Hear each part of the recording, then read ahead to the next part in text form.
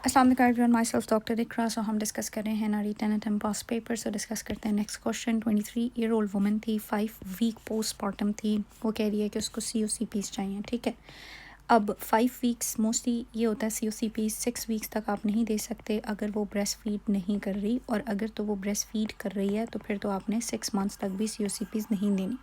Best postmortem breast feeding mother's के लिए POPs होती हैं। ठीक है, ये मैं वैसे जनरल बता दी हूँ। She had a normal vaginal delivery, breastfeeding, BMI 29 and family history of breast cancer. She experienced occasional migraine. Migraine जो है ये भी एक कॉन्ट्राइंडिकेशन है कि आप उसको नहीं दे सकते COCP। Why are COCP contraindicated? अब इसमें दो वजह से कॉन्ट्राइंडिकेटेड है। एक तो रीसेंट उसकी जो डिलीवरी हुई है और वो ब्रेस्ट फीड कर रही है, और नंबर 2 जो माइग्रेन है ना, ये तो एब्सलूट कैटेगरी 4 कॉन्ट्राइंडिकेशन है। ठीक है, heavy menstruation, epithelium, migraine, family history of breast cancer and survival metallics. तो माइग्रेन एक मोस्ट इंपॉर्टेंट कॉन्ट्राइंडिकेशन है। 54 ईयर ओल्ड स्मोकर प्रेजेंट करती है डिस्निया, प्रोडक्टिव कफ, 3 साल से। स्पायरोमेट्री पे जो रेशो आई है वो लेस देन 65 है। ठीक है, so force expiratory volume 1 into force vital capacity की रेशो अगर लेस देन 80 होती है तो वो ऑब्स्ट्रक्टिव डिजीज़ ही होता है। ऑब्स्ट्रक्टिव में फिर टाई आ जाता है COPD के अंदर और एस्थमा के अंदर। एस्थमा में पोस्ट ब्रोंकोडायलेशन वो इम्प्रूव होती है, COPD में इम्प्रूव नहीं होती। COPD में दो चीज़ें हैं, emphysema and bronchitis. And no reversibility after bronchodilation. So bronchodilation के बाद इम्प्रूव नहीं हुई तो एस्थमा तो नहीं है, COPD ही है likely. Interstitial lung disease, restrictive lung disease है। एक्यूट ब्रोंकाइटिस नहीं, एस्थमा नहीं, definitely this is chronic bronchitis which is a part of COPD। COPD एक अम्ब्रेला टर्म है जिसके अंदर दोनों चीज़ें आती हैं, क्रॉनिक ब्रोंकाइटिस और एम्फाइजमा। एक पेशेंट जिसको क्रॉनिक रीनल फेलियर है, प्रोग्रेसिव डिस्निया हो रहा है जो फ्लैट लेटनेस से रिजॉल्व नहीं हो रहा, कंट्रोल ब्लड प्रेशर और कोई पेरिफेरल एडीमा नहीं है, कौन सी एसिड बेस्ड डिस्टर्बेंस लाइकली ऐसे पेशेंट में प्रेजेंट होगी? सो रीनल फेलियर है, सो उसकी जो किडनीज़ हैं वो हाइड्रोजन को एक्सक्रीट नहीं कर पा रही, हाइड्रोजन रिटेन हो रहा और बाइकार्बोनेट भी जनरेट नहीं हो रहा, सो हाइड्रोजन ज़्यादा होगा, देयर वुड बी एसिडोसिस, और बिकॉज एक मेटाबॉलिक प्रॉब्लम है तो बॉडी में मेटाबॉलिक एसिडोसिस होगी। 34 ईयर ओल्ड मेल, उसको बुखार है, कॉन्शियसनेस ऑल्टर है, प्रोटीन ज़्यादा है, ग्लूकोज कम है, WBCs भी ज़्यादा है। सो ग्लूकोज अगर कम हो तो दिस इज़ बैक्टीरियल मेनिंजाइटिस। यही है क्योंकि बैक्टीरिया रिलाई करता है ग्लूकोज पर, वो ग्लूकोज को खा लेता है, यूज़ करता है, and glucose would be low. So viral में आपने याद रखना है ग्लूकोज नॉर्मल होता है, ट्यूबरकुलर में भी ग्लूकोज कम होता है, लेकिन जो आपके WBCs होते हैं वो न्यूट्रोफिल्स नहीं होते, वो लिम्फोसाइट्स होते हैं। ठीक है, दिस इज़ एक्यूट बैक्टीरियल। और सब एराक्नॉइड में तो पेशेंट सडन सवेयर हेडेक के साथ आता है। After head trauma where does CSF most commonly leak to produce CSF rhinorrhoea? CSF rhinorrhoea जब भी आपका बेजल स्कल फ्रैक्चर होगा तो नाक से CSF का जो लीकेज है वो कैसे होता है? Frontal sinus, nasal bone, temporal bone, cribriform plate जो है एथमॉइडल प्लेट की, एथमॉइडल बोन की, वो मोस्ट प्रोन होती है टू गेट फ्रैक्चर्ड और उसके थ्रू पर ये लीकेज हो रहा होता है। एक पॉइजन डिसेंडेंट शो कर रहा है DNA protein damage and lipid peroxidation in cells on postmortem. Most likely underlying mechanism क्या है? सो ये जो पर ऑक्सीडेशन हुई हुई है, ये फ्री रेडिकल्स, ऑक्सीडेटिव पार्टिकल्स ज़्यादा बने हुए हैं। कंप्लीट रिडक्शन ऑफ ऑक्सीजन नहीं, incomplete oxidation of oxygen to water नहीं, complete oxidation of oxygen to water, incomplete reduction of oxygen to water. This जो ऑक्सीजन है उसकी रिडक्शन नहीं हो पा रही, देयरफॉर एक्सेसिव रेडिकल स्पीशीज़ हैं जो कि इस चीज़ के लिए रिस्पॉन्सिबल हैं। एक पोस्ट मीनोपॉजल वुमन है, low mood, low of interest, low energy, 6 months. So 6 महीने से अगर बंदा होपलेस और वर्थलेस, लॉस ऑफ एनर्जी होगी तो डेफिनेटली ये डिप्रेशन ही है। लाइकली डायग्नोसिस नॉर्मल नहीं है, हाइपो नहीं है, एपैथी नहीं है। जनरलाइज एंजाइटी डिसऑर्डर में पेशेंट को सिर्फ एक्सेसिव वरीनेस के फीचर होते हैं, बहुत एक्सेसिवली वरिड होता है वो। So this is depression, yes. एक 35 year old gravida 3 with a history of 2 still birth deliver कर रहा है लार्ज बेबीज़ को। हर 1 hour glucose challenge test with 50 gram glucose shows blood sugar of 140। What is the most suitable confirmatory test for diabetes? So pregnancy में confirmatory test OGTT ही होता है, तो random नहीं होगा, ब्लड शुगर प्रोफाइल नहीं, urinalysis नहीं, but yes oral glucose tolerance test होगा। एक 55 year old woman, type 2 diabetes है, ग्ली बेनक्लेमाइड ले रही है, ब्लड प्रेशर इतना है और अब उसको प्रोटीन यूरिया भी है और लिपिड भी एलिवेटेड है।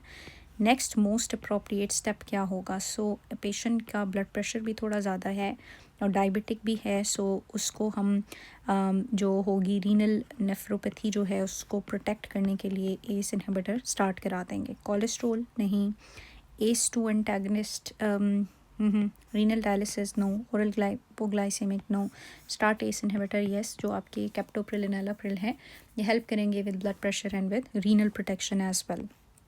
Best early diagnostic criteria diabetic nephropathy के लिए क्या होता है? जो डायबिटिक नेफ्रोपैथी के लिए नाइट्रोजन क्रिटिनिन क्लियरेंस रेट बल्कि माइक्रोएल्ब्यूमिनीमिया होता है। सो अगर प्रोटीन आ रहा है सो इसी को as a initial diagnostic test use किया जाता है। एक पेशेंट का ग्लूकोज इतना है, पीएच कम है, बाइकार्बोनेट इतनी है, what is most appropriate immediate management? So glucose बहुत हाई होना, पीएच का कम होना, बाइकार्बोनेट का भी कम होना, this is indicative of metabolic acidosis, और ये डीके पेशेंट में हो सकता है हाई ग्लूकोज के साथ। सो डीके में हम इमीडिएटली इंसुलिन और नॉर्मल सेलाइन की इन्फ्यूजन देते हैं। Insulin plus normal saline simultaneously देना पड़ेगा। Which anticonvulsant is most commonly associated with gingival overgrowth?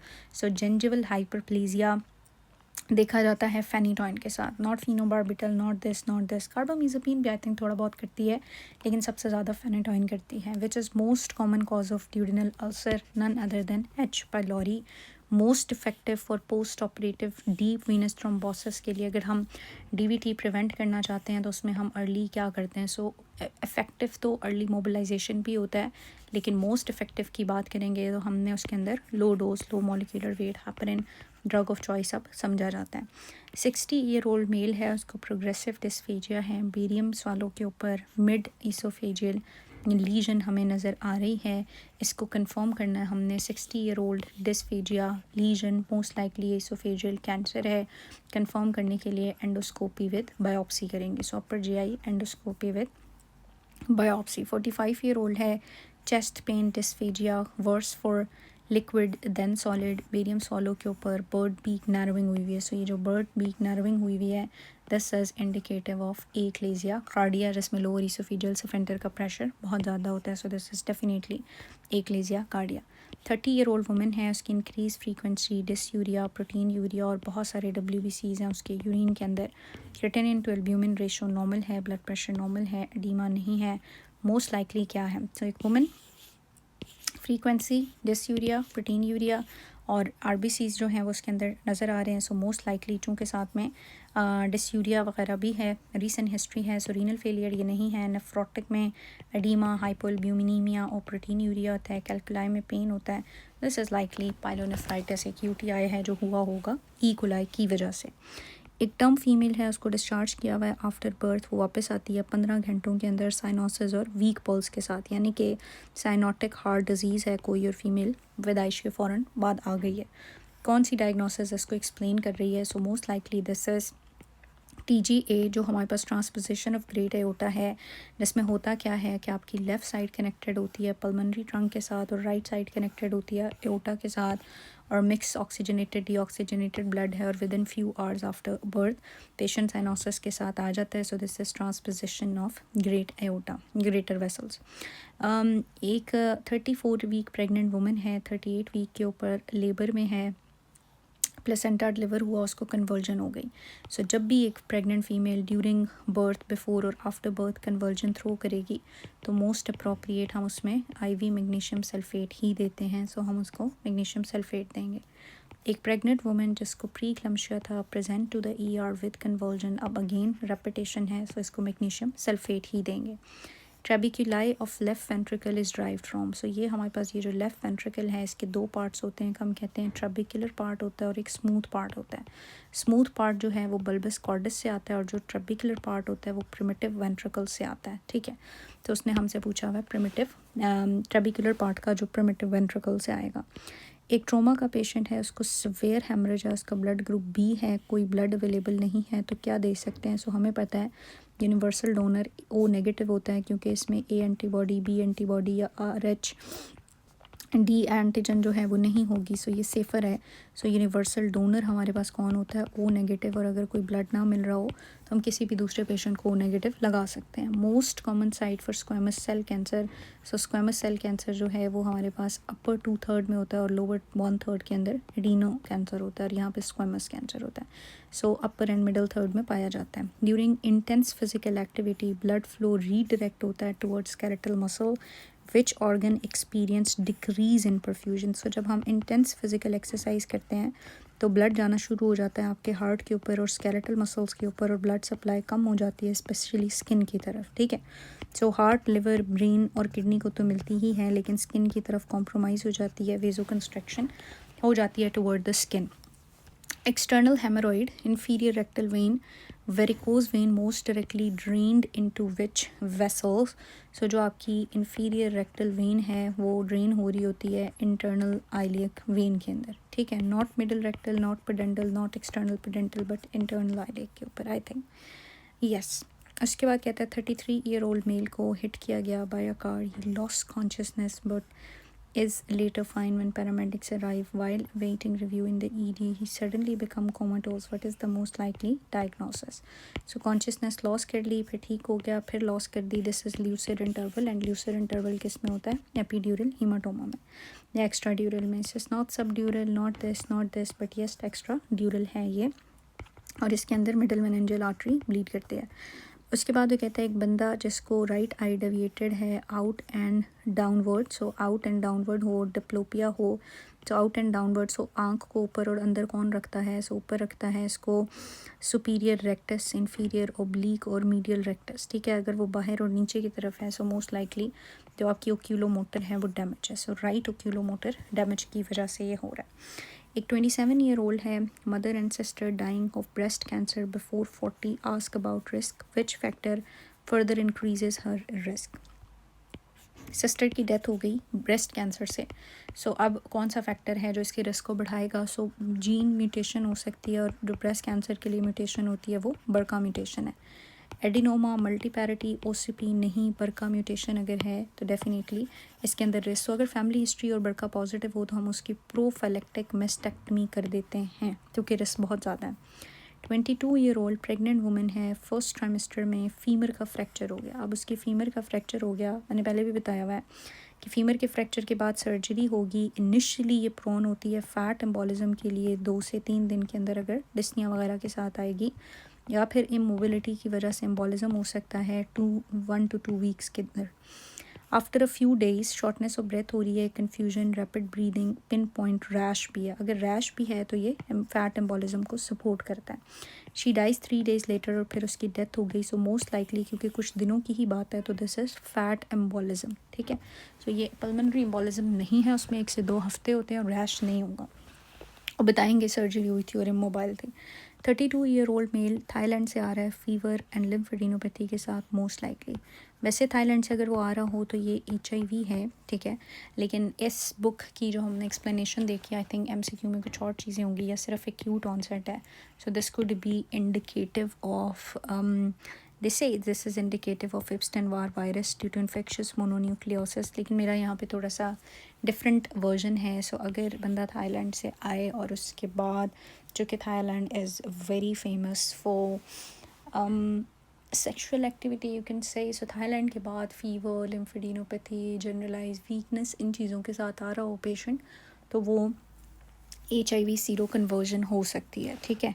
चूँकि इन्फेक्शियस मोनोन्यूक्लियोसिस में फेरेंजाइटिस, सेंसर थ्रोट और उस तरह की चीज़ें होती हैं। एनी हाउ, सो इस क्वेश्चन को आपने भी खुद यो सेल्फ भी स्टडी करना है कि ये कैसे डिफ्रेंशिएट, चूँकि आई थिंक यहाँ पे थोड़ा मोर एडिशन भी होनी चाहिए। एक यंग अडल्ट है, उसको बुखार है, high WBC count, thrombocytopenia most likely. अब उसको फीवर हो रहा है, इम्यूनिटी थोड़ी वीक है, WBC count due to infection या इमेच्योर हैं, इसलिए वो उसको इन्फेक्शन को कंट्रोल नहीं कर पा रहे, और प्लेटलेट्स भी कम है। यहाँ पैलर का वर्ड भी अगर ऐड हो जाता तो बहुत ही अच्छा हो जाता, जो इंडिकेट करता RBC भी कम है, that is pancytopenia. Pancytopenia adult में is most likely due to AML, चूँकि AML नहीं है and very young adult, so definitely we can go for ALL। Not multiple myeloma, CML और CLL तो हो ही नहीं सकते, ये 40+ और ये 60+ में होता है, so this is likely ALL। in which flap is the blood supply disconnected from donor site and reconnected. So along with the arterial supply वो डिसकनेक्ट किया जाता है और सर्जिकली फिर रेसिपिएंट में इम्प्लांट किया जाता है. सो ये फ्री फ्लैप्स होते हैं.